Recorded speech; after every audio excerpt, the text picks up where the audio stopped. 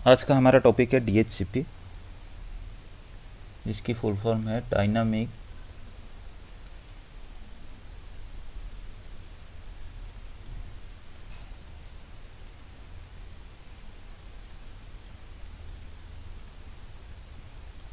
ठीक है। तो डायनामिक होस्ट कॉन्फ़िगरेशन प्रोटोकॉल, जैसे कि प्रोटोकॉल लिखा है मतलब ये एक आपका प्रोटोकॉल है। तो जैसे कि हर कोई प्रोटोकॉल का कुछ काम आपका होता है ना डायनामिकली काम करने के लिए। Sorry sorry mute. ओके, सो आज का हमारा टॉपिक है DHCP। तो डायनामिक होस्ट कॉन्फ़िगरेशन प्रोटोकॉल आपका एक प्रोटोकॉल है जो कि कुछ डायनामिकली काम करने के लिए, जैसे हर कोई प्रोटोकॉल आपके पास होता है कुछ डायनामिकली काम करने के लिए, तो इसका भी कुछ डायनामिकली या फिर ऑटोमेटिकली कुछ काम को कराने के लिए ये प्रोटोकॉल को इस्तेमाल किया जाता है।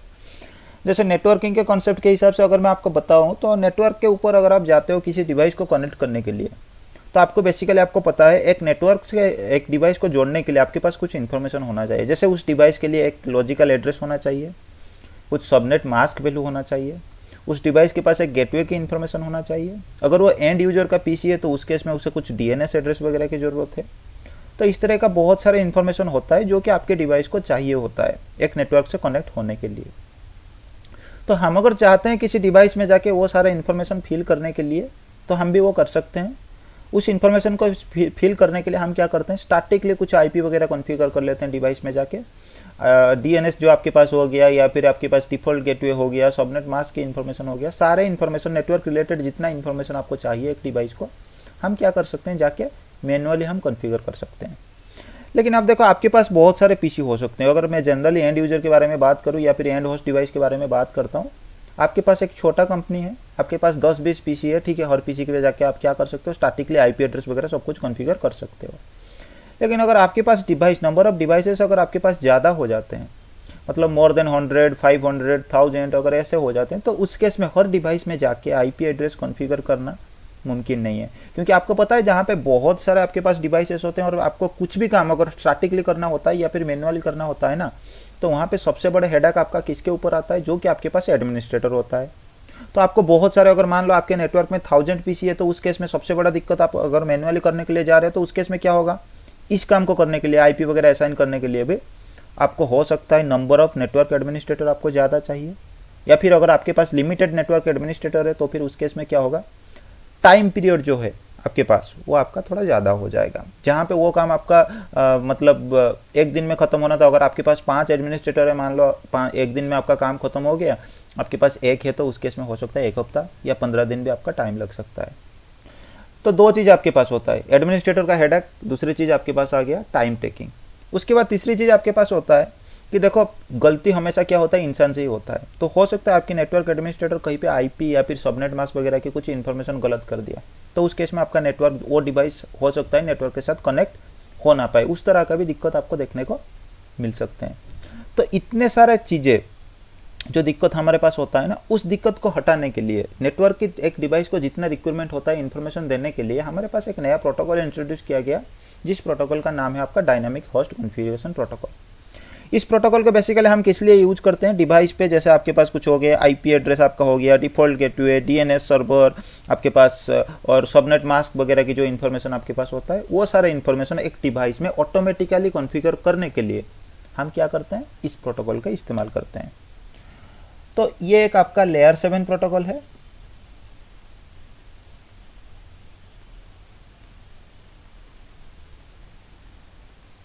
ठीक है, तो आपको पता है जो प्रोटोकॉल आपके एंड यूजर के डिवाइस जो प्रोटोकॉल के साथ वो डायरेक्टली इंटरफेस में आ जाएंगे, वो प्रोटोकॉल आपका लेयर 7 का ही होता है। क्योंकि आपके एंड यूजर का जो डिवाइस होते हैं वो बेसिकली कुछ एप्लीकेशंस यूज करते हैं, और एप्लीकेशन आपका एप्लीकेशन लेयर पे ही काम करते हैं। दूसरी चीज ये, अगर लेयर 7 से कोई प्रोटोकॉल आपका काम कर रहा है, लेयर 7 पे कुछ डेटा वगैरह जनरेट कर रहा है, तो उसका मतलब आपको पता है ये ट्रांसपोर्ट लेयर को पास होकर आगे जाएगा एनकैप्सुलेशन मेथड में। जब ये ट्रांसपोर्ट लेयर के पास आ जाएगा, ये क्या करता है, ये यूडीपी को यूज करता है।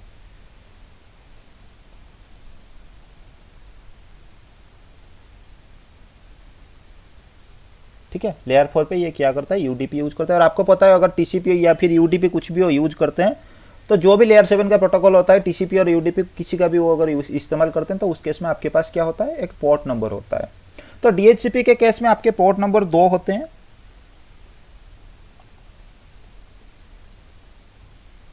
ठीक है।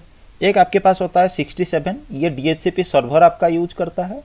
68 होता है जो कि आपका क्लाइंट यूज करता है, ठीक है। अगर आपके पास कोई DHCP सर्वर है, किसी डिवाइस को अगर आप DHCP सर्वर मतलब बना लेते हो, तो उस केस में क्या होता है, वो डिवाइस आपका 67 के साथ अपने सर्विस को एनाबल कर लेता है। मतलब 67 पोर्ट के लिए कोई भी रिक्वेस्ट या फिर कुछ भी आता है तो वो उसे लिसन करता है। और आपके क्लाइंट जिसको आपको चाहिए क्या, IP एड्रेस वगैरह चाहिए, वो हमेशा क्या करता है, आपके 68 पोर्ट नंबर को यूज करता है as a source port number, जब भी कोई ट्रैफिक वगैरह वो जनरेट करता है DHCP सर्वर के तरफ, ठीक है। क्लाइंट अगर DHCP सर्वर को कोई ट्रैफिक जनरेट करेगा तो उस केस में सोर्स पोर्ट नंबर 68 यूज करेगा जो कि खुद का है, डेस्टिनेशन पोर्ट नंबर 67 यूज करेगा। सर्वर जब क्लाइंट को कुछ भी रिप्लाई करेगा तो उस केस में सोर्स पोर्ट नंबर सर्वर अपना 67 यूज करेगा और डेस्टिनेशन पोर्ट नंबर 68 बन जाएगा। कोई कुछ बोल रहा था क्या, कुछ पूछ रहा था क्या कोई? ठीक है। तो इसके अगर DHCP का कभी कभी क्या होता है ना, इंटरव्यूअर वगैरह, आप कोई भी लेयर 7 प्रोटोकॉल के लिए आपको इंटरव्यूअर वगैरह क्या क्या करते हैं, कुछ आपको सवाल ऐसे कर देते हैं कि आप बताओ DHCP के लिए पोर्ट नंबर क्या होता है। आप बता दिए कि सर्वर के लिए पोर्ट नंबर 67 होता है और क्लाइंट के लिए आपका पोर्ट नंबर 68 होता है। कभी कभी कोई अगर आपसे पूछ लेता है कि DHCP का प्रोटोकॉल नंबर क्या होता है, तो आपको पता है प्रोटोकॉल नंबर आइडेंटिफिकेशन आपको कहाँ पे देता है, IP हेडर के अंदर देता है। तो इसका मतलब लेयर 4 में ये जो प्रोटोकॉल आपका यूज करता है उसी प्रोटोकॉल का प्रोटोकॉल नंबर आपका क्या होगा, इसी लेयर 7 प्रोटोकॉल का भी होगा। जैसे DHCP आपका UDP यूज कर रहा है, UDP यूज कर रहा है लेयर 4 में, मतलब लेयर 3 में इसकी जो प्रोटोकॉल के हिसाब से पहचान होगा वो पोर्ट नंबर आपका 70 आएगा, जो कि UDP का पोर्ट नंबर आपका प्रोटोकॉल नंबर आपका 70 बनेगा, जो कि आपका UDP का प्रोटोकॉल नंबर होता है। और ये जो DHCP आपका होता है ना, ये क्या करता है, क्लाइंट सर्वर बेस्ड डिजाइन पे ये काम करता है,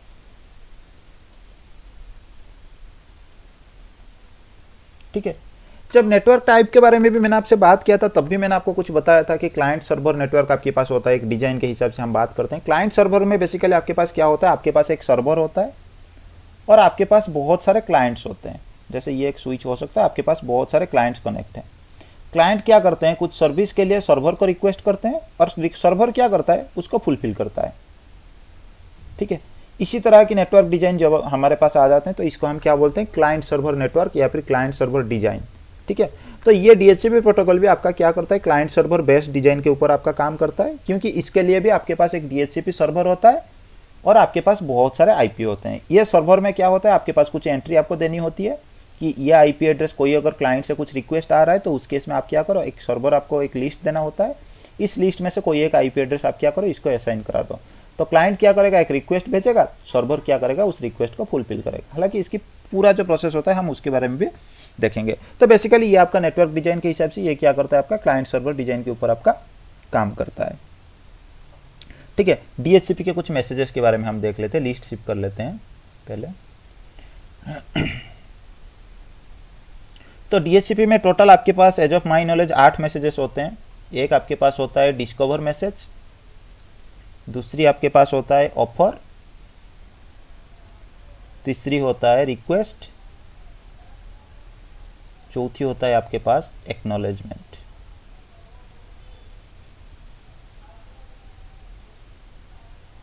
ठीक है। पांचवी मैसेज आपके पास होता है एन नेगेटिव एक्नॉलेजमेंट, और एक आपके पास होता है डिक्लाइन, और एक आपके पास होता है रिलीज, और एक होता है रिन्यू, ठीक है। आपके पास टोटल 8 मैसेजेस होते हैं। लेकिन जो डिजाइन के बारे में मैंने आपको बताया कि क्लाइंट सर्वर डिजाइन के बेसिस पे क्या होगा, आपके क्लाइंट जो है IP एड्रेस या फिर जिसके पास IP एड्रेस नहीं है, बेसिकली क्या होता है, जब भी आप कोई डिवाइस के पास चले जाते हो ना, तो इनिशियली उस डिवाइस के पास कोई IP एड्रेस नहीं होता है। आप जब नेटवर्क के साथ उसे कनेक्ट कर लेते हो और ऑटोमेटिकली ऑप्शन आपके पास बाय डिफॉल्ट ऑटोमेटिकल ऑप्शन ही चूज होकर रहता है आपके डिवाइस में, या फिर आप अगर ऑटोमेटिकली ऑप्शन को चूज कर लेते हो तो फिर आपके क्लाइंट क्या करता है, IP एड्रेस वगैरह के लिए एक रिक्वेस्ट करता है। किसके पास करता है, DHCP सर्वर के लिए। तो वो जो प्रोसेस आपका होता है, क्लाइंट एक रिक्वेस्ट करता है, मेरे को इन्फॉर्मेशन दे दो IP एड्रेस वगैरह के लिए, फिर सर्वर उसके लिए रेस्पॉन्स देता है, फिर उसके बाद अगर रेस्पॉन्स वगैरह सब कुछ सही है, एवरीथिंग इज फाइन, देन आपके डिवाइस को क्या होता है, IP एड्रेस वगैरह की इन्फॉर्मेशन मिल जाता है और ऑटोमेटिकली डिवाइस क्या करता है, IP एड्रेस वगैरह अपने जो भी नेटवर्क इन्फॉर्मेशन के साथ खुद को कॉन्फ़िगर कर लेती है। तो ये जो टोटल प्रोसेस करने के लिए DHCP क्या करता है, एक प्रोसेस को यूज करता है जिस प्रोसेस को नाम हम देते हैं क्या, डोरा प्रोसेस। तो डोरा प्रोसेस बेसिकली क्या है, ये 4 मैसेजेस की शॉर्ट फॉर्म या फिर पहले लेटर को यूज करके एक प्रोसेस बनाया गया जिसका नाम आपको दिया जा रहा है डोरा प्रोसेस। डोरा का मतलब आपका यही है कि ये क्या करता है, डिस्कवर, ऑफर, रिक्वेस्ट और एक्नॉलेजमेंट, ये 4 मैसेज को ये यूज करता है। डिस्कवर का पहले लेटर अगर आप देखोगे तो ये डी है, ऑफर का पहला ओ और रिक्वेस्ट का आर और एक्नॉलेजमेंट का आपके पास ए है। तो इसीलिए इसको हम क्या बोलते हैं, डोरा प्रोसेस बोल लेते हैं। और इसी प्रोसेस को यूज करके आपके डिवाइस क्या करता है, आपके सर्वर और डिवाइस के बीच जो भी आईपी एड्रेस वगैरह के लिए नेगोशिएशन आपका ऑटोमेटिकली होता है वो आपका हो जाता है। इस प्रोसेस के बारे में थोड़ा हम पहले बात कर लेते हैं। तो डोरा प्रोसेस में सबसे पहले क्या है, इस तरफ मैं सर्वर ले लेता हूं, इस तरफ मैं ले लेता हूं क्लाइंट या फिर आपका एंड यूजर जो है, ठीक है। तो सबसे पहले देखो यहां पे क्या होता है कि आपके क्लाइंट जो होते हैं उसको आईपी की जरूरत होता है, ठीक है। तो आपके क्लाइंट सबसे पहले क्या करता है, इसके पास अगर आप इस डिवाइस को ऑन कर लेते हो तो ये इसके एनआईसी के पास इसे अगर कोई भी आईपी एड्रेस वगैरह नहीं मिला और ऑटोमेटिकली ऑप्शन चूज हुआ है तो ये डिवाइस क्या करता है, एक डिस्कवर मैसेज आपका क्या करता है, आगे भेज देता है, ठीक है। बेसिक सा पहले हम बात कर लेंगे फिर उसके बाद थोड़ा डीपर जाएंगे। तो डिस्कवर मैसेज का मतलब यही है कि मेरे को कुछ आईपी रिलेटेड इंफॉर्मेशन चाहिए, ठीक है। या फिर आप ऐसा समझ सकते हो, I am looking for a DHCP server. क्यों इसे DHCP सर्वर की जरूरत है, क्योंकि इसके पास ऑटोमेटिकली ऑप्शन चूज है और बाय डिफॉल्ट सारे डिवाइस आपके DHCP के क्लाइंट होते हैं, ठीक है। तो ये क्या करता है, एक डिस्कवर मैसेज आगे दे देता है। फिर ये डिस्कवर मैसेज जब आपके सर्वर के पास पहुंचता है, सर्वर क्या करता है, इस मैसेज की एक रेस्पॉन्स कराता है जिसे हम बोलते हैं ऑफर मैसेज। इस ऑफर के साथ ये क्या करता है, सर्वर अपने पास पहले चेक करता है कि मेरे पास कोई आईपी एड्रेस खाली पड़ा है क्या जो मैं इस डिवाइस को दे सकता हूं। अगर हाँ खाली पड़ा है तो उसके बाद सर्वर क्या करता है, एक ऑफर मैसेज भेज देता है किसके तरफ, क्लाइंट के तरफ। जो ऑफर मैसेज क्लाइंट के पास जाता है उसमें क्या होता है, कुछ इंफॉर्मेशन होता है, I have this information, if you want then you can reply me, ठीक है। इस तरह का ये भेजता है। क्लाइंट ने पहले भेजा कि मेरे को DHCP सर्वर चाहिए, किस लिए, कुछ नेटवर्क की इंफॉर्मेशन मेरे को चाहिए। तो DHCP ने फिर ऑफर किया कि मेरे पास ये सारे इंफॉर्मेशन है, जैसे इंफॉर्मेशन आपके पास क्या हो गया, IP, subnet mask, default gateway, ये सारे इंफॉर्मेशन के साथ ये आगे भेजेगा कि मेरे पास ये इंफॉर्मेशन है, आपको चाहिए तो आप बताओ। तो उस केस में क्लाइंट फिर क्या करता है, रिप्लाई करता है। रिप्लाई में ये क्या मैसेज भेजता है, एक रिक्वेस्ट मैसेज भेजता है, ठीक है।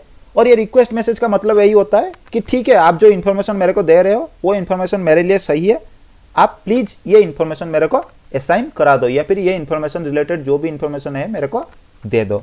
फिर आपके सर्वर क्या करता है, ये रिक्वेस्ट रिसीव करने के बाद एक एक्नॉलेजमेंट दे देता है कि ठीक है, आप ये इन्फॉर्मेशन के साथ खुद को असाइन करा लो या फिर खुद को कॉन्फ़िगर कर लो। फिर उसके बाद आपके डिवाइस क्लाइंट क्या करता है, खुद को जो भी आईपी एड्रेस वगैरह है, जो भी सबनेट मास्क या फिर डिफॉल्ट गेटवे की इन्फॉर्मेशन वगैरह है, वो सारे इन्फॉर्मेशन के साथ क्या करता है, खुद को अटैच करा देता है। ये था एक बेसिक ओवरव्यू। इसकी थोड़ी और अगर डीपर में हम चले जाएंगे तो इस साइड में मेरा सर्वर है, इस साइड में मेरा क्लाइंट पीसी है।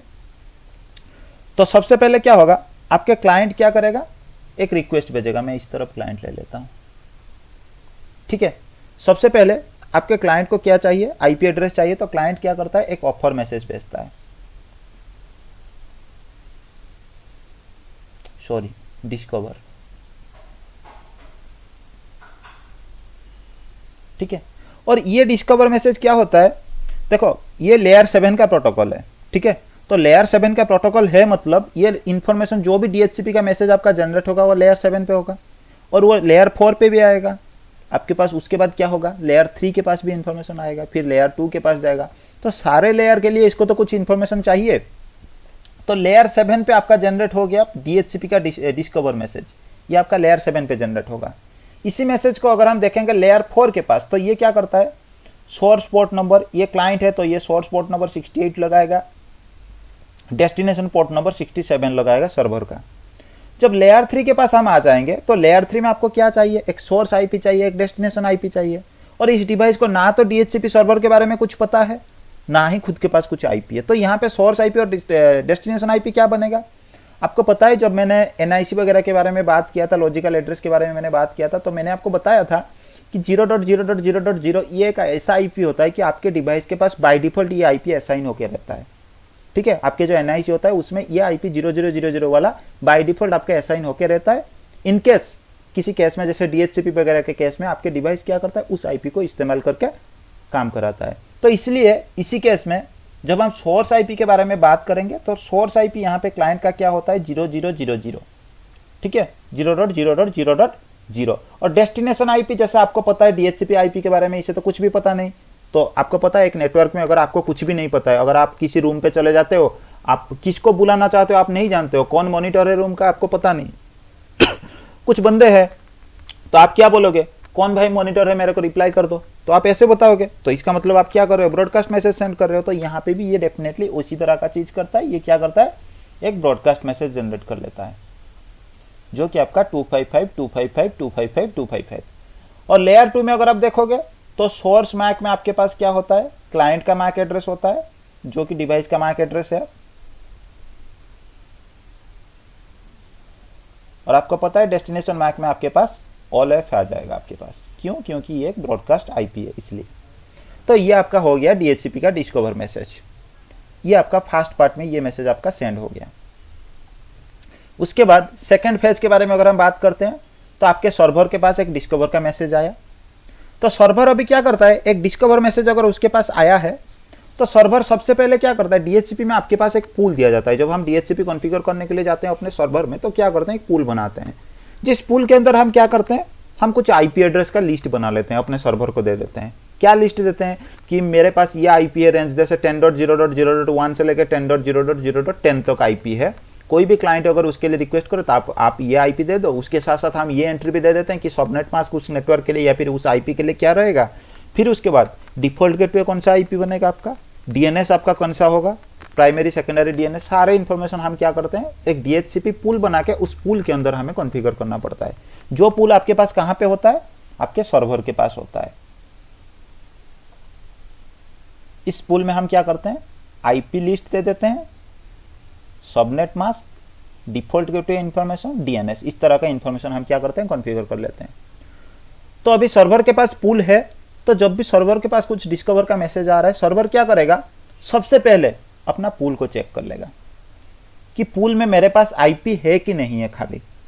ठीक है, तो ये क्या करेगा, सबसे पहले पूल चेक करेगा। अगर पूल में से इसे कोई खाली IP मिल गया, जैसे यहाँ पे आपने लिस्ट बनाया था 10.1 से लेकर 10.10 के लिए आपने रखा, ठीक है, ये सबसे पहले पूल का पहला जो खाली IP होगा उस IP को चेक करेगा। जैसे ये पहले कौन सा IP चेक कर रहा है, 10.1, तो ये क्या करता है, उस IP के लिए एक ग्रेसियस आर्प जनरेट कर लेता है। ठीक है, ग्रेसियस आर्प के बारे में शायद मैंने आपको थोड़ा बहुत बताया था कि जिस आर्प में आपका source and destination IP ARP packet के अंदर आपका क्या होता है, सेम होता है, उस IP को हम क्या बोलते हैं, ग्रेसियस आर्प। ठीक है, तो ये आपके सर्वर क्या करता है, एक ग्रेसियस आर्प जनरेट कर लेता है, कौन से IP के लिए, 10.1 IP के लिए। ये ग्रेसियस आर्प क्यों जनरेट करता है, ये अगर आप पूछने की कोशिश करोगे, अब देखो अगर आप किसी पैकेट को अगर आप पिंग करते हो तो पिंग में क्या है, आपका IP खुद का होता है और डेस्टिनेशन IP आपका कौन सा, जिस डिवाइस को आप पिंग कर रहे हो। तो यहाँ पे ग्रेसियस आर्प जनरेट करने की क्या जरूरत है। अब देखो किसी एक IP को अगर आप पिंग करते हो ना, आपके नेटवर्क में अगर कोई एक IP है तो उस केस में अगर आप पिंग कर लेते हो तो वही IP आपको क्या है, आपका रेस्पॉन्स दे देता है। जैसे स्विचिंग का नेटवर्क है तो स्विच के अंदर आपका मैक एड्रेस वगैरह जो भी लर्न हुआ है उसी हिसाब से आपके डिवाइस के पास चला जाता है पिंग पैकेट, जो लेयर 3 PC आपका कनेक्ट है वो रेस्पॉन्स कर देता है, तो आपके पास रिप्लाई आ गया। लेकिन मान लो DHCP के केस में हो सकता है ऐसा सिनेरियो आपका बन सकता है कि कभी आपका DHCP डाउन चला गया, उस वजह से आपके कुछ भी मतलब वेरिफिकेशन आपका सही से नहीं हुआ, तो एक IP हो सकता है दो डिवाइस को मिल गया है, ऐसा भी सिनेरियो आपका बन सकता है। इसीलिए आपके DHCP सर्वर हमेशा क्या करता है, इस IP के लिए एक ग्रेसियस आर्प जनरेट करता है। आपको कभी कभी दो सिनेरियो यहाँ पे आपको देखने को मिलेंगे। कोई बोलते हैं, कभी कभी आपको देखने को मिलेगा कि ये क्या करता है, पिंग करता है। ठीक है, कहीं पे आपको देखने को मिलेगा कि ये क्या है, आपका ग्रेसियस आर्प जनरेट करता है। इस केस में जब ये IP पूल को चेक करता है फ्री IP के लिए, ठीक है, तो दोनों के दोनों कॉन्सेप्ट आपका सही है। माइक्रोसॉफ्ट या सिस्को के केस में ये थोड़ा वेरी कर लेते हैं। ठीक है, किसी के केस में आपका एग्जैक्टली मेरे को याद नहीं आ रहा है, शायद माइक्रोसॉफ्ट के केस में ये आपका क्या है, अगर आपके पास माइक्रोसॉफ्ट सर्वर है तो उस केस में ये क्या करता है, एक पिंग करता है उसको, अगर आपके पास माइक्रोसॉफ्ट सर्वर नहीं है, सिस्को के केस में आप बात करते हो, तो ये क्या करता है आपका ग्रे CSR जनरेट कर लेता है उसके लिए। ठीक है, तो ये दोनों के दोनों कॉन्सेप्ट आपका सही है। जो भी आपको याद आया, आपको अगर आपको कोई पूछ रहा है तो आप बता सकते हो। तो DHCP क्या करता है, अपने फ्री आई को पिंग कर लेता है। अगर पिंग में से उसे रिप्लाई मिल गया इस IP के लिए, तो उस IP को वो छोड़ देता है, फिर नेक्स्ट फ्री IP को चेक करता है 10.2। ठीक है, तो कोई रिप्लाई नहीं आया 10.1 के लिए, तो अभी DHCP क्या करेगा, एक ऑफर मैसेज भेजेगा। ठीक है, ये ऑफर मैसेज आपका लेयर 7 होगा, और ये ऑफर मैसेज आपका कौन भेजेगा, DHCP सर्वर भेजेगा क्लाइंट की तरफ। ठीक है, इस ऑफर मैसेज के अंदर ये क्या कराएगा, IP एड्रेस, जैसे आपके पास IP है 10.1, ये IP खाली है। सबनेट मास्क इसके लिए आपका 255.0.0.0 है, और डिफ़ॉल्ट गेटवे आपका कोई भी हो सकता है, और उसके बाद DNS, ये सारे इन्फॉर्मेशन लगा के ये क्या करेगा, एक ऑफर मैसेज दे देगा आपके डिवाइस के पास। और ये ऑफर मैसेज अगर आप सिस्को के केस में देखोगे, तो सिस्को के केस में ये ऑफर मैसेज जब लेयर 4 पे आ जाएगा, तो यहाँ पे लेयर 4 पे सोर्स पोर्ट आपके पास 67 बन जाएगा, डेस्टिनेशन पोर्ट आपके पास बन जाएगा 68, क्योंकि सर्वर भेज रहा है किसके तरफ, क्लाइंट के तरफ। अगर आप लेयर 3 में आ जाओगे, तो यहाँ पे आपके पास सोर्स पोर्ट बन जाएगा सर्वर का IP ऑफ सर्वर, क्योंकि सर्वर के पास ऑलरेडी IP होता है। ठीक है, और डेस्टिनेशन IP यहाँ पे आपका क्या बनेगा, वही 255.255.255.255।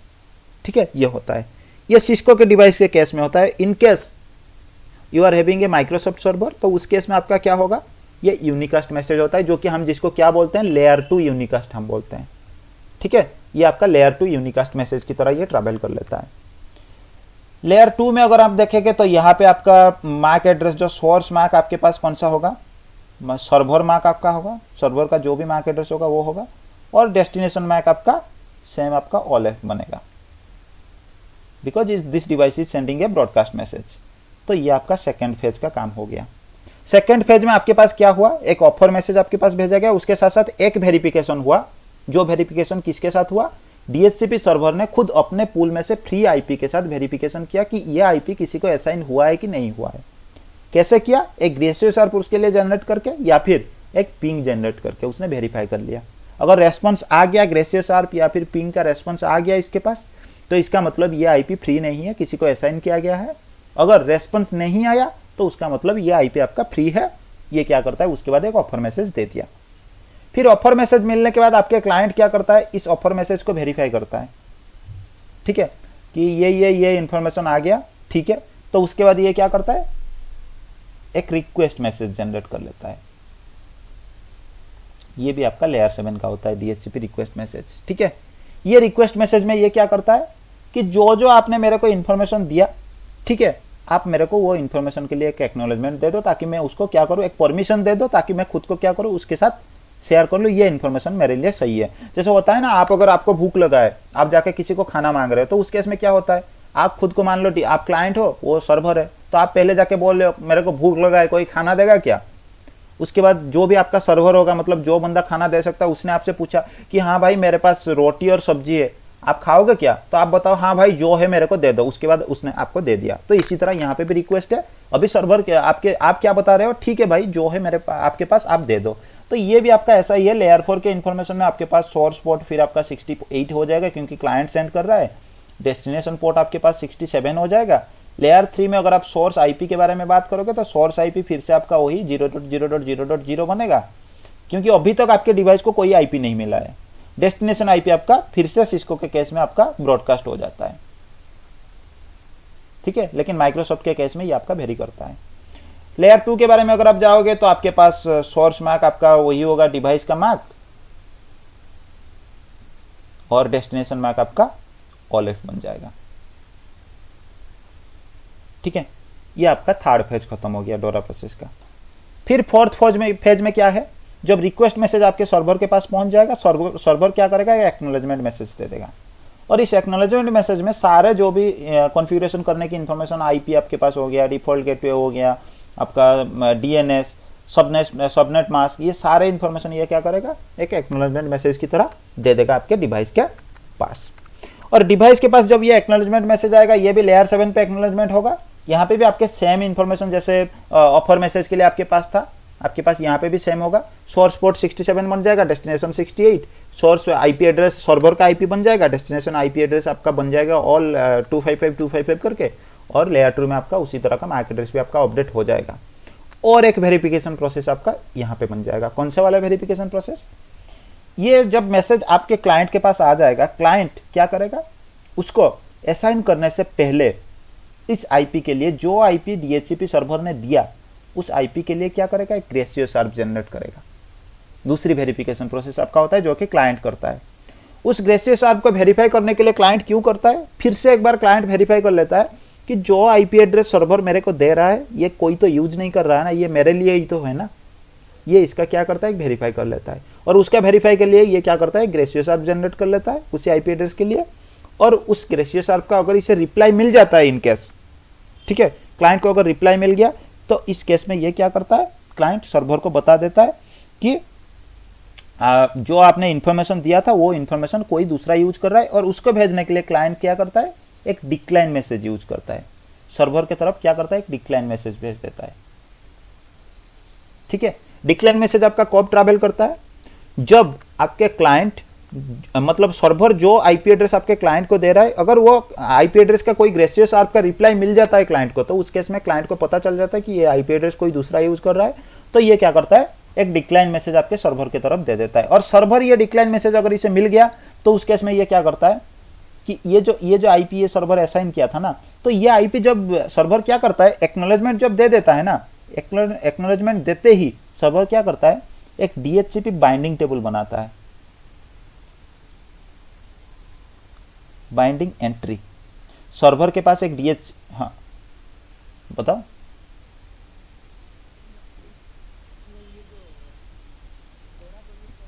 हम्म,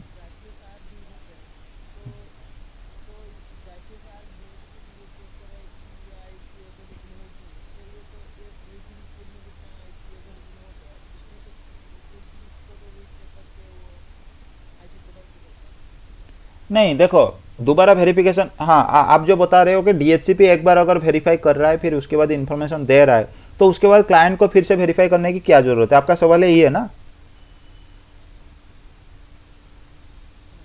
ठीक है, तो ऐसा हो सकता है ना। अब देखो दूसरा वेरिफिकेशन क्यों किया जाता है, जब डीएचसीपी ने वेरीफाई करने की कोशिश की थी तो उस टाइम पे हो सकता है जो डिवाइस ये आईपी के साथ था वो शायद नेटवर्क में कनेक्ट नहीं था, या फिर कुछ मिस कम्युनिकेशन वगैरह हो गया जिसके वजह से डीएचसीपी को उसके रिप्लाई नहीं मिला, तो डीएचसीपी को लगा ये आईपी आपका फ्री था। ठीक है, तो इसलिए आपका रीवेरिफिकेशन किया जाता है यहाँ पे, दो आपके डोरा प्रोसेस में, इसलिए दो वेरिफिकेशन आपका किया जाता है ताकि आपके जो आईपी एड्रेस जो डिवाइस के पास असाइन के लिए आ रहा है वो आईपी एड्रेस आपका क्या हो, डुप्लीकेट ना हो जाए गलती से। ठीक है, तो आपके डीएचसीपी क्या करता है, जब एक्नॉलेजमेंट मैसेज दे देता है ना डीएचसीपी सर्वर, उसके बाद उस आईपी के लिए एक डीएचसीपी सर्वर पे क्या करता है, एंट्री बना देता है। उस एंट्री में ये क्या क्या इंफॉर्मेशन रखता है,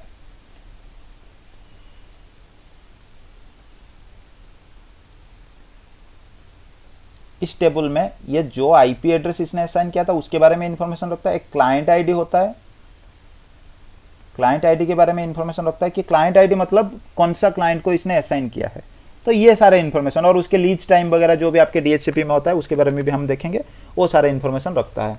तो इसने डीएचसीपी ने क्या किया था, एक्नॉलेजमेंट देने के बाद एक एंट्री बना दी थी, लेकिन अब ये एक्नॉलेजमेंट जब आपके डिवाइस के पास क्लाइंट के पास आ गया तो क्लाइंट को पता चला कि ये आईपी ग्रेसियस आर्प का रिप्लाई मेरे को मिल रहा है, मतलब कोई दूसरा यूज कर रहा है, तो क्लाइंट क्या कर रहा है, एक डिक्लाइन मैसेज दे देता है, किसके पास, डीएचसीपी सर्वर के पास। सर्वर जब डिक्लाइन मैसेज रिसीव कर लेता है किसी आईपी के लिए, उसके बाद ये एंट्री को फिर से हटा लेता है, फिर उसके बाद सर्वर क्या करता है, फिर दूसरी प्रोसेस चलाता है कि नेक्स्ट आईपी को जो 10.2 आईपी के लिए फिर से नेक्स्ट प्रोसेस आपका चालू हो जाता है। इसलिए जब भी आप कोई डोरा प्रोसेस कर रहे हो ना, तो उस केस में जैसे वीपीसी वगैरह में अगर आप ट्राई कर रहे हो ना, तो आपको डोरा प्रोसेस में कभी कभी डी डबल या फिर आर आपको डबल कुछ आपको देखने को मिलते हैं प्रोसेस में, बार बार आपका रिक्वेस्ट दो बार हो गया या फिर 3 बार आपको देखने को मिलता है, तो इसीलिए आपका प्रोसेस जो है ये थोड़ा टाइम टेकिंग होता है।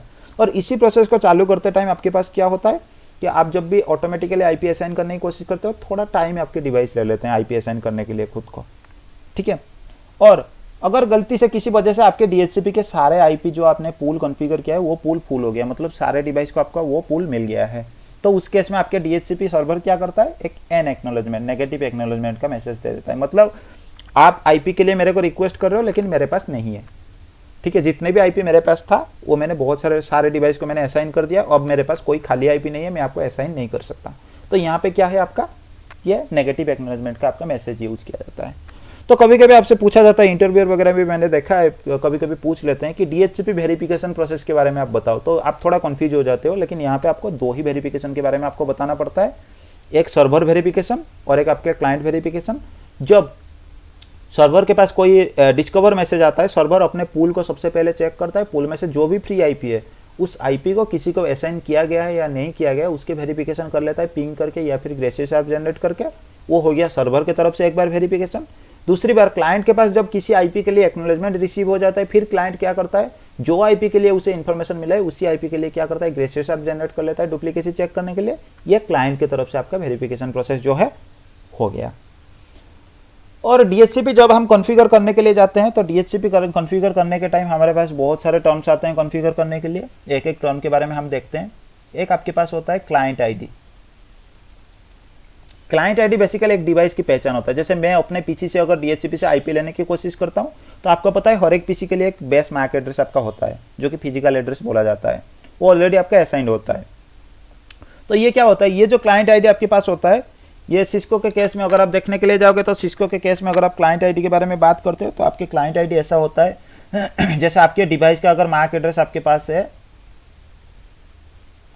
abcd.ef123456, ये अगर आपके मैक एड्रेस है, तो इस केस में आपका क्लाइंट आईडी ऐसे बनेगा 01abcdef फिर .1234.56, ये आपका क्लाइंट आईडी बन जाएगा। बस मैक एड्रेस से पहले आपका क्या होता है, आपके 01 लग जाता है। और क्लाइंट आईडी बेसिकली आपके एक डिवाइस का पहचान होता है। कौन से डिवाइस का, एक क्लाइंट का जो एक आईपी को असाइन करने के लिए रिक्वेस्ट कर रहा है। ठीक है, उसके बाद अगर हम कुछ टर्म के ऊपर आते हैं, तो हमारे पास लीज टाइम होता है। ठीक है, लीज टाइम का मतलब क्या है, जो आईपी एड्रेस मैं एक डिवाइस को असाइन कर रहा हूं, वो आईपी एड्रेस आपका कितने दिन तक वैलिड रहेगा। ठीक है, तो लीज टाइम बाय डिफॉल्ट आपका डिफॉल्ट वैल्यू जो होता है वो 24 आवर के लिए होता है। शायद आप एक बार वेरीफाई भी कर लेना, आप चाहो तो इसे चेंज कर सकते हो, तो 30 डेज के लिए, 20 डेज के लिए, 15 डेज के लिए आप अपने अकॉर्डिंग इसे लीज टाइम जो है आप कॉन्फ़िगर कर सकते हो। उसके बाद हमारे पास और दो मैसेजेस होते हैं। जैसे मैसेजेस हमारे पास होता है, मैं इसको थोड़ा बड़ा कर लेता हूं पहले।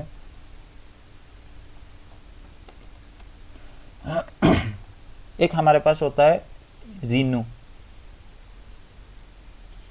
ठीक है, तो रिन्यू मैसेजेस मतलब आपके पास क्या है, आप अगर आपके पास मतलब लीज टाइम खत्म होने को है, या फिर आपके डिवाइस से आप चाहते हो कि आप जो आईपी यूज कर रहे हो उस आईपी को फिर से अपना लीज टाइम जो है आप बढ़ाना चाहते हो। ठीक है, जैसे आपके पास लीज टाइम 30 डेज के लिए था और आप चाहते हो इसी आईपी को आप अपने डिवाइस के साथ कंटिन्यू रखना चाहते हो, 25 डेज आपका कंप्लीट हो गया, तो उसके बाद आप क्या कर सकते हो, आईपी कॉन्फ़िगरेशन /renew करके आपके माइक्रोसॉफ्ट डिवाइस में एक कमांड चलता है, आप रिन्यू का मैसेज अपने डीएचसीपी सर्वर को बता सकते हो, ताकि आपके सर्वर के पास अगर किसी आईपी के लिए रिन्यू का मैसेज आ रहा है, कोई क्लाइंट अगर भेज रहा है, तो उस केस में ये क्या करता है, बाकी जो आपके पास 5 डे के लिए बचा था ना आपके लीज टाइम, इसको हटा के फिर ये क्या करता है, रीसेट कर देता है आपका 30 डेज के लिए। ठीक है, और एक आपके पास होता है रिलीज मैसेज। देखो, आपने कभी कभी देखा होगा कि रियल टाइम पे एक डिवाइस पे अगर डीएचसीपी से आप आईपी दे रहे हो ना, तो उस केस में क्या है, अगर उस डिवाइस को आप शट डाउन कर लेते हो, तो शटडाउन से पहले अगर आपके पास 10.1 आईपी था, तो हो सकता है शटडाउन करके फिर से आप जब ऑन करते हो ना उसे, आपके पास कुछ 10.5 या 6 कोई दूसरा आईपी आपके पास मिल जाए। इस तरह के भी आपके पास होता है। कांस्टेंट डीएचसीपी से मिला हुआ आईपी आपके डिवाइस में कभी भी कांस्टेंट नहीं होता है। जब तक आपके डिवाइस ऑन है तब तक वो आईपी आपका कांस्टेंट है, जब आपका डिवाइस ऑफ हो जाएगा, फिर से स्टार्ट हो जाएगा, वो आईपी आपका डायनामिकली चेंज हो जाते हैं। ये क्यों होते हैं, क्योंकि आपके डिवाइस जब शटडाउन होते हैं, बंद होने जाते हैं, तो उससे पहले ये क्या करते हैं, एक रिलीज मैसेज भेज देते हैं अपने एनआईसी से, अपने पोर्ट से एक रिलीज मैसेज आगे किसके तरफ दे देते हैं, डीएचसीपी सर्वर की तरफ दे देते हैं। ठीक है, डीएचसीपी सर्वर की तरफ से रिलीज मैसेज देने के बाद क्या होता है, डीएचसीपी सर्वर अपने जो डीएचसीपी बाइंडिंग टेबल होता है ना, उस टेबल से उस आईपी के लिए जो भी आपका एंट्री बनता है उस एंट्री को हटा देता है और ये आईपी को फ्री घोषित कर देता है। मतलब जो फ्री लिस्ट था ना उसके पास, उस लिस्ट के अंदर इस आईपी को ऐड कर देता है। ये डिवाइस जब तक ऑन नहीं आता है, अगर कोई दूसरा डिवाइस ऑन आ जाता है, तो उस केस में फ्री आईपी में अगर इसे ये वाला आईपी मिल गया, तो डिवाइस क्या करता है, इस आईपी को दूसरे डिवाइस के साथ दे देता है। तो इस प्रॉब्लम से बचने के लिए अगर हम चाहते हैं किसी डिवाइस के साथ कोई पूरे नेटवर्क के लिए हम लोग DHCP से IP यूज कर रहे हैं और हम चाहते हैं किसी एक डिवाइस के लिए एक IP को परफेक्टली हमेशा के लिए रखने के लिए हम चाहते हैं, तो उस केस में हमारे पास एक स्टैटिक बाइंडिंग का भी एक रास्ता है। हम क्या करते हैं, उस डिवाइस के क्लाइंट आईडी के साथ एक IP को स्टैटिकली बाइंड कर देते हैं DHCP के अंदर, ताकि जब भी वो डिवाइस आपका ऑन आए उसके पास क्या होगा, सेम IP बार बार जो है उसके पास आ जाएगा। ठीक है, तो अभी थोड़ा हम इसके डिप्लॉयमेंट के बारे में बात करते हैं। डिप्लॉयमेंट मतलब हम DHCP को कहाँ पे कॉन्फ़िगर करेंगे। तो अगर आपके पास बड़ा नेटवर्क है मोर देन 1000 पीसी वगैरह आपके पास है या उससे भी ज़्यादा पीसी है, तो उस केस में आप क्या कर सकते हो, एक DHCP सर्वर अलग सा अपने नेटवर्क में लगा सकते हो। आप कोई सर्वर खरीद सकते हो, जैसे डेल वगैरह का सर्वर आपने ले लिया, उसके ऊपर विंडोज़ वगैरह का सर्वर आपने अटैच कर दिया, फिर उसके ऊपर DHCP को आप कॉन्फ़िगर कर सकते हो एज ए एप्लीकेशन। फिर आपका वो सर्वर DHCP का सर्वर आपका बन जाएगा, उसके अंदर पूल वगैरह आप कॉन्फ़िगर कर सकते हो। लेकिन उसके बारे में अगर आप बात करते हो तो उस केस में आपको थोड़ा कॉस्ट आपका ज़्यादा होता है। जैसे एक सर्वर खरीदने के लिए आपके पास उसके लिए आपको कॉस्ट देना पड़ता है। फिर आपके पास जो लाइसेंस होते हैं माइक्रोसॉफ्ट को चलाने के लिए सर्वर का, उसकी लाइसेंस आपको देने की ज़रूरत होता है, पैसा। तो ये सारे खर्चे आपके पास होते हैं। फिर एक्स्ट्रा आपके पास एक सर्वर एडमिनिस्ट्रेटर भी होना चाहिए। अगर नेटवर्क एडमिनिस्ट्रेटर को पता नहीं सर्वर चलाने के लिए, तो आपके पास अलग सा होना चाहिए सर्वर को मेंटेन करने के लिए। हम ऐसा कर सकते हैं, अगर हमारे पास जो नेटवर्क छोटा है ना, तो उस केस में, छोटा केस में हम क्या कर सकते हैं, अपने सिस्को के डिवाइस के ऊपर जो राउटर स्विचेस हमारा काम कर रहे हैं, तो उस केस में भी उन्हीं डिवाइस के ऊपर हम क्या कर सकते हैं, DHCP को कॉन्फ़िगर कर सकते हैं और अपने डिवाइसेस को क्या कर सकते हैं, IP एड्रेस वगैरह जो भी असाइन कराना है वो हमें असाइन करा सकते हैं। ठीक है, तो हम थोड़ा क्या करते हैं, अभी जो हम यहाँ पे देखेंगे तो इस केस में, हाँ बताओ।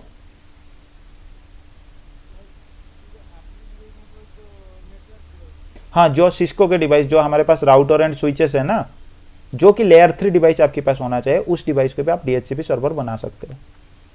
ठीक है, तो हम जो अभी प्रैक्टिकल करने के लिए जाएंगे, तो उस प्रैक्टिकल में भी हम वही करेंगे। अपने सिस्को के राउटर या फिर स्विचेस को हम क्या करेंगे, DHCP का सर्वर बनाएंगे और उससे हमारा क्लाइंट को क्या करेंगे, कुछ IP देने की कोशिश करेंगे। तो सबसे पहले इसका एक छोटा सा प्रैक्टिकल हम कर लेते हैं। तो ये मेरा नेटवर्क का टोपोलॉजी में बनाता हूँ। एक सर्वर में, एक राउटर में ले लेता हूँ और एक स्विच में ले लेता हूँ जिसके अंदर मेरा बहुत सारे मल्टीपल डिवाइसेस कनेक्ट होंगे। एक स्विच मैंने ले लिया, उसके बाद मैं कुछ पीसी ले लेता हूँ, इनके बीच कनेक्शन करा लेते हैं।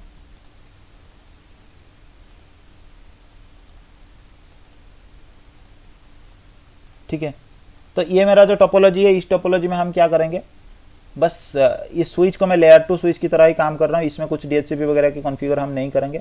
इस राउटर पे हम कॉन्फ़िगर करेंगे और इस राउटर को हम क्या करेंगे, एज ए DHCP सर्वर बनाएंगे और अपना जो भी काम है उसे कराएंगे। तो सबसे पहले आपको पता है, कोई भी प्रोटोकॉल राउटर के ऊपर चलाने के लिए या फिर कुछ भी करने के लिए आपके पास रीचेबिलिटी होना चाहिए।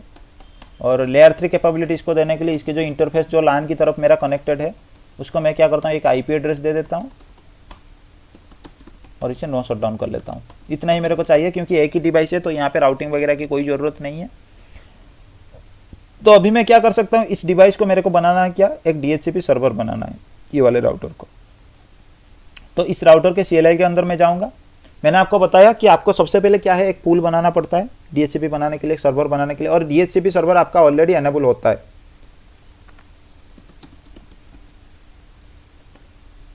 ठीक है, ये कमांड आपके पास नहीं है, नहीं तो आपके पास अगर एनेबल नहीं है तो उस केस में आपको DHCP सर्वर एनेबल करने की जरूरत होता है। लेकिन बाय डिफॉल्ट आपके डिवाइसेस में आपके DHCP सर्वर ऑलरेडी एनेबल होते हैं।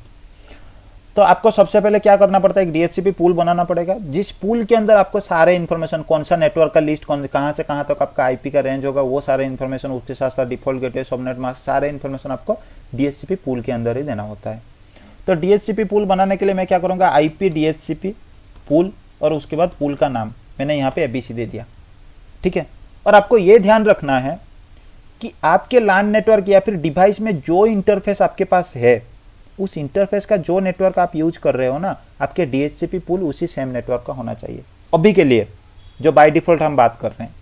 कॉन्सेप्ट भी दूसरा है, दूसरा नेटवर्क भी हम कर सकते हैं। तो अभी के लिए हम क्या करेंगे, जो हमारा LAN एरिया से जो इंटरफेस कनेक्टेड हो रहा है, उसी इंटरफेस की जो नेटवर्क यूज हो रहे हैं ना, हम उसी नेटवर्क को एज ए DHCP पूल के लिस्ट में भी हम क्या करेंगे, यूज करेंगे।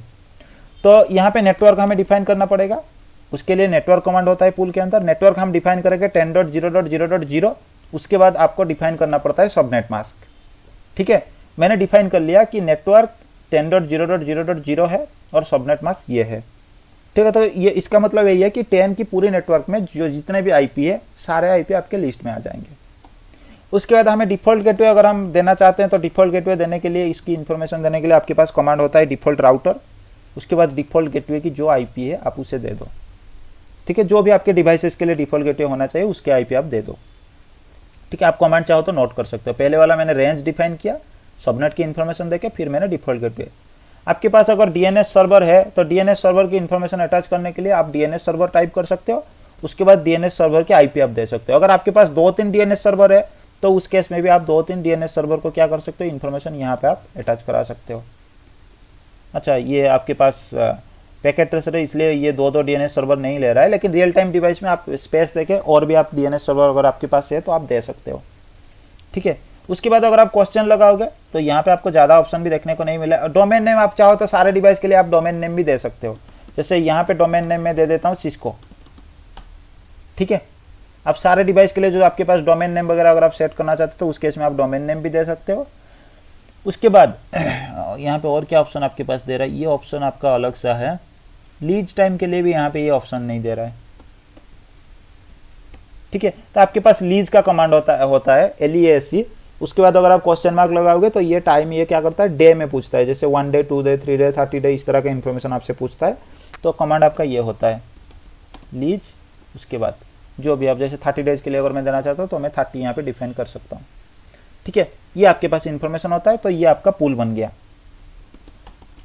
अभी क्या होता है, ये जो पूल आपका बन गया ना DHCP के लिए, तो ये पूल में से आपके सारे इन्फॉर्मेशन, मतलब आपके डिवाइस क्या करता है, अगर कोई भी DHCP का डिस्कवर मैसेज इसके पास आ गया तो ये तो DHCP सर्वर है, इसके पास अगर 10 की इसी रेंज में से अगर कोई भी ट्रैफिक हीट हो रहा है, कहाँ पे, इसी नेटवर्क से रिलेटेड जो भी इंटरफेस है, मतलब ये वाला जो इंटरफेस है इस पे अगर कोई डिस्कवर मैसेज हिट हो गया फास्ट इथरनेट 0/0 पे, तो फास्ट इथरनेट 0/0 पे हमने कौन सा नेटवर्क असाइन किया है, 10/8 का नेटवर्क असाइन किया है। तो ये क्या करेगा, अपने DHCP पूल ढूंढेगा किसके लिए, 10/8 नेटवर्क के लिए।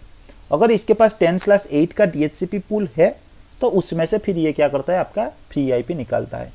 अगर आपके पास यहाँ पे कोई डिस्कवर मैसेज रिसीव हो रहा है 10/0 पे, ठीक है, और 10/8 नेटवर्क के लिए जो इंटरफेस है उसमें, लेकिन आपके पास 10/8 नेटवर्क के लिए अगर कोई भी DHCP पूल नहीं बना है तो उस केस में आपके डिवाइस के पास ये क्या करेगा, कोई भी मतलब ऑफर मैसेज वगैरह रेस्पॉन्स नहीं दे पाएगा, क्योंकि इसके पास पूल नहीं है। ठीक है, तो इतने ही कमांड में आपके डिवाइस क्या हो गया, आपका DHCP सर्वर बन गया। बस आपने एक पूल डिफाइन कर दी, काम खत्म, और कुछ नहीं। ठीक है, और DHCP की सर्विस इसमें ऑलरेडी एनेबल है। अगर एनेबल नहीं है तो IP DHCP सर्विस या फिर सर्वर आपका कमांड होता है, वो चला के आपको एनेबल करने की जरूरत होता है। उसके बाद हम टेस्ट कर लेते हैं। आप क्या करोगे, डिवाइस के पास जाओगे, IP कॉन्फ़िगरेशन में आपके पास DHCP का ऑप्शन है, आप DHCP चूज कर लोगे। तो करने के बाद आप देखो आपको एक IP मिल गया। ठीक है, जो भी आपने वहां पे डिफॉल्ट गेटवे, DNS सर्वर वगैरह की इन्फॉर्मेशन आपने सेट किया था, सेम इन्फॉर्मेशन इसने दे दिया। अब देखो, इस डिवाइस के इस वाले इंटरफेस पे हमने 10.1 का दिया था और हमने रेंज भी डिफाइन किया था 10 नेटवर्क का, मतलब सबसे पहले IP 10.1 आ रहा था। तो इसने क्या क्या होगा, एक ग्रेसेस या फिर पिंग जनरेट किया होगा 10.1 के लिए, और 10.1 से खुद से एक रिप्लाई मिल गया होगा। उसके बाद इसने क्या किया होगा, 10.2 वाला IP को ऑफर मैसेज करके इसके पास आगे दे दिया होगा। इसकी प्रोसेस को अगर हम सिमुलेटर मोड में एक बार चेक कर लेते हैं, तो इस डिवाइस के पास मैं जाता हूँ, सेम प्रोसेस में चालू करता हूँ, DHCP से IP देने की कोशिश करता हूँ। ठीक है, अब देख लो, सबसे पहले एक मैसेज आपका PC जा रहा है, DHCP का मैसेज PC1 ने भेजा। ये किस तरह का मैसेज है, इसको थोड़ा हम देख लेते हैं। अब देख लो, जो आपके DHCP पैकेट सर्वर और क्लाइंट दोनों की इन्फॉर्मेशन यहाँ पे आपका 0 आ रहा है। अच्छा, ये लेयर 7 के इन्फॉर्मेशन आपके DHCP पैकेट के अंदर ये इन्फॉर्मेशन जा रहा है। अब देख लो, ये लेयर 4 में आपका सोर्स जा रहा है 68 और 67 आपका डेस्टिनेशन हो रहा है, मैंने आपको जो बताया था। और लेयर 3 के इन्फॉर्मेशन में अगर आप देखोगे तो सोर्स आपका 00 करके है, डेस्टिनेशन आपका 255 करके है, और ये आपका जो भी इन्फॉर्मेशन है उसी अकॉर्डिंग आपका हुआ है। तो इस DHCP पैकेट को एक बार हम खोल के देख लेते हैं। ये हुआ आपका DHCP का पैकेट। ठीक है, इस पैकेट के अंदर अगर आप देखोगे तो यहाँ पे क्लाइंट एड्रेस, सर्वर एड्रेस, सारे इन्फॉर्मेशन आपको कुछ मतलब दिखा रहा है उस तरह का, मतलब 0 0 करके दिखा रहा है। वो वाला इन्फॉर्मेशन कहाँ है? ठीक है, यहाँ पे मैसेज टाइप के बारे में इन्फॉर्मेशन ये बता नहीं रहा है, शायद पैकेट ट्रेसर है इसलिए आपको नहीं बता रहा है।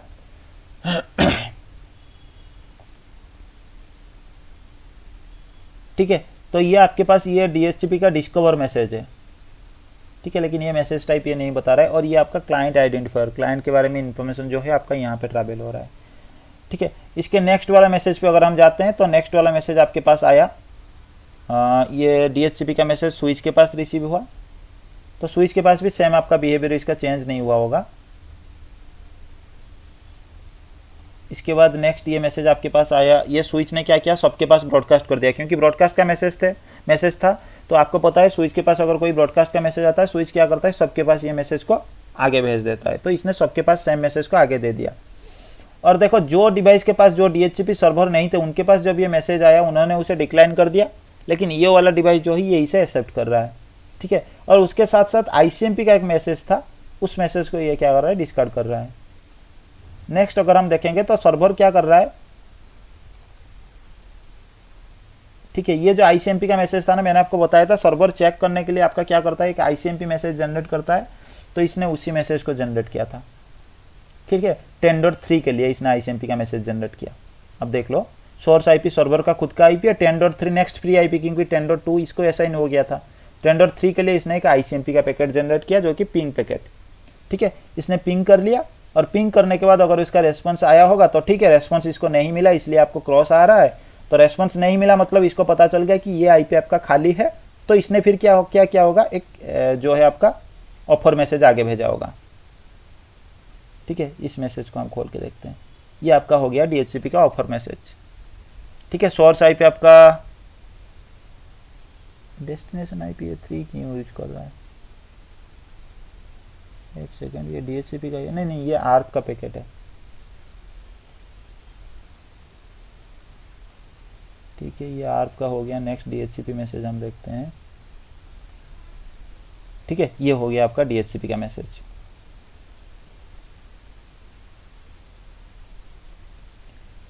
ठीक है, ये मैसेज मैं एक बार आपको दिखा देता हूँ।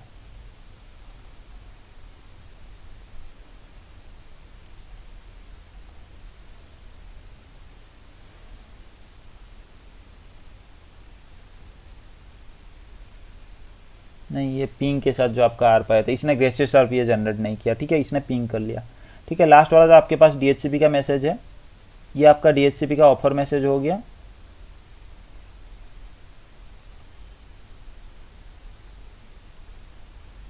ठीक है, जो कि आपके DHCP के जो भी इन्फॉर्मेशन वगैरह आपके पास है, इसके अंदर इसने क्लाइंट एड्रेस दे दी, 10.0.0.3 मेरे पास अवेलेबल है, उसके बारे में उसने इन्फॉर्मेशन दी। उसके साथ साथ ये डोमेन नेम वगैरह, डोमेन नेम सर्वर का इन्फॉर्मेशन यहाँ पे आ गया, 8.8.8 ये ऑफर कर रहा है। डोमेन नेम आप क्या दे रहे हो, ये DNS सर्वर का इन्फॉर्मेशन, डोमेन नेम हमने सिस्को रखा था उसके बारे में भी इन्फॉर्मेशन। तो ये सारे इन्फॉर्मेशन ये क्या कर रहा है, एज ए ऑफर किसके पास दे रहा है, आपका क्लाइंट के पास दे रहा है। ठीक है, तो स्विच सबको ब्रॉडकास्ट करेगा, लेकिन इस केस में जो आपका क्लाइंट होगा वही उसे एक्सेप्ट करेगा।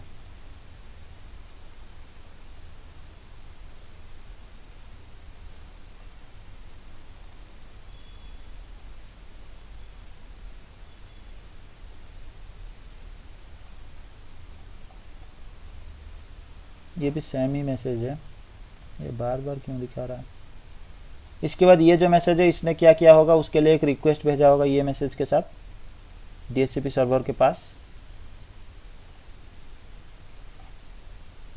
ठीक है, ये आपका एक रिक्वेस्ट मैसेज गया होगा DHCP सर्वर के पास, फिर उसके बाद आपका सर्वर क्या किया होगा, इसका रेस्पॉन्स दिया होगा।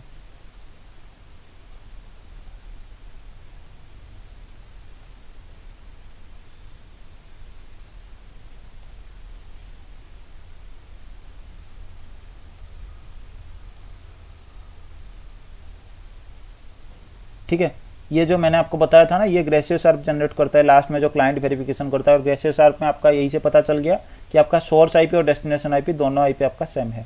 मतलब 10.0.0.3 के लिए ये क्या कर रहा है, ग्रेसियस ARP जनरेट करके आपका वेरिफिकेशन कर रहा है। बहुत सारे फील्ड इसमें थोड़ा बहुत मिसमैच आ रहे हैं क्योंकि ये पैकेट ट्रेसर है।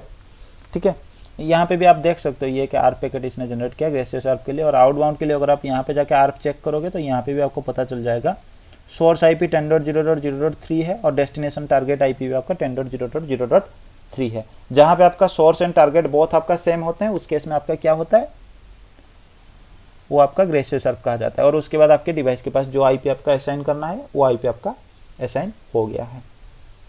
ठीक है, इसमें किसी के पास कोई डाउट या फिर कन्फ्यूजन वगैरह होता है